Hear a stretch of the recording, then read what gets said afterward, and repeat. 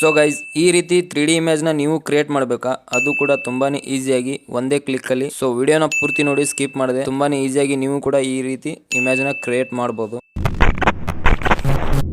So ಆ ರೀತಿ ನೀವು ಇಮೇಜ್ನ ಕ್ರಿಯೇಟ್ ಮಾಡೋಕ್ಕೆ ಒಂದು ಆ್ಯಪ್ ಬೇಕಾಗುತ್ತೆ, ಬಿಂಗ್ ಆ್ಯಪ್ ಅಂತ. ಇದೊಂದು AI ಆ್ಯಪ್ ಆಗಿರುತ್ತೆ. ಇದು ನಿಮಗೆ ಪ್ಲೇಸ್ಟೋರಲ್ಲಿ ಈಸಿಯಾಗಿ ಸಿಗುತ್ತೆ, ಹೋಗಿ ನೀವು ಡೌನ್ಲೋಡ್ ಮಾಡ್ಕೋಬೋದು. ನಾನು ಆಲ್ರೆಡಿ ಡೌನ್ಲೋಡ್ ಮಾಡಿದ್ದೀನಿ.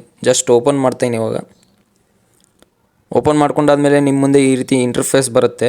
ಸೊ ಜಸ್ಟ್ ಕೆಳಗಡೆ ಆ್ಯಪ್ಸ್ ಅಂತ ಒಂದು ಆಪ್ಷನ್ ಇದೆ, ಇದರ ಮೇಲೆ ಕ್ಲಿಕ್ ಮಾಡಿ.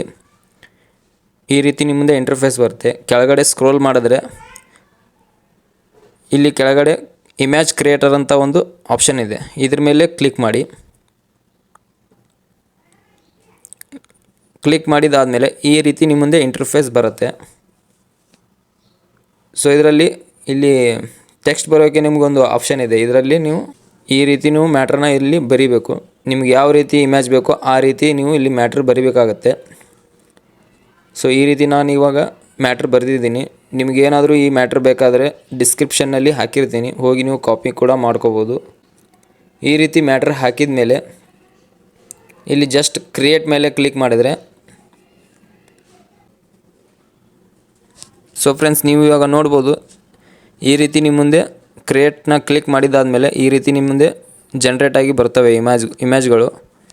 ಇಲ್ಲಿ ನೀವು ನಿಮ್ಮ ಹೆಸರು ಏನಿರುತ್ತೋ ಆ ಹೆಸರನ್ನ ಹಾಕಿದರೆ ಬ್ಯಾಕ್ ಸೈಡಲ್ಲಿ ನಿಮ್ಮ ಹೆಸರು ಬರುತ್ತೆ. ಸೊ ಇಲ್ಲಿ ಜಸ್ಟ್ ನೇಮ್ ಚೇಂಜ್ ಮಾಡ್ತೀನಿ. ಇವಾಗ ನನ್ನ ಚಾನಲ್ ಹೆಸರನ್ನ ಹಾಕ್ತೀನಿ, take by SE. So friends ನೀವು ಇವಾಗ ನೋಡ್ಬೋದು, ನನ್ನ ಚಾನಲ್ ಹೆಸರು ಕೂಡ ಹಿಂದ್ಗಡೆ ಬರೆದಿದ್ದ ಹಾಗೆ ಬಂದಿದೆ. ಈ ರೀತಿ ನೀವು ಒಂದೇ ಕ್ಲಿಕ್ಕಲ್ಲಿ ನಿಮ್ಮ ಇಮೇಜ್ನ ಕ್ರಿಯೇಟ್ ಮಾಡ್ಬೋದು ಈ ಆ್ಯಪ್ನಲ್ಲಿ. ಈ ಆ್ಯಪ್ನ ಹೆಸರು ಬಿಂಗ್ ಆ್ಯಪ್ ಅಂತ. ಸೊ ಫ್ರೆಂಡ್ಸ್ ನಿಮ್ಗೆ ಯಾವ ರೀತಿ ಬೇಕೋ ಆ ರೀತಿ ನೀವು ಇಮೇಜ್ನ ಇದರಲ್ಲಿ ಕ್ರಿಯೇಟ್ ಮಾಡ್ಬೋದು.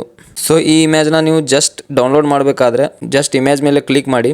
ಇಲ್ಲಿ 3 ಡಾಟ್ ಕಾಣ್ತಾ ಇದೆ, ಇದ್ರ ಮೇಲೆ ಕ್ಲಿಕ್ ಮಾಡಿ. ಇಲ್ಲಿ ಡೌನ್ಲೋಡ್ ಅಂತ ಆಪ್ಷನ್ ತೋರಿಸ್ತಾ ಇದೆ. ಜಸ್ಟ್ ಡೌನ್ಲೋಡ್ ಮೇಲೆ ಕ್ಲಿಕ್ ಮಾಡಿದ್ರೆ ನಿಮ್ಮ ಇಮೇಜ್ ಈಸಿಯಾಗಿ ಗ್ಯಾಲರಿಯಲ್ಲಿ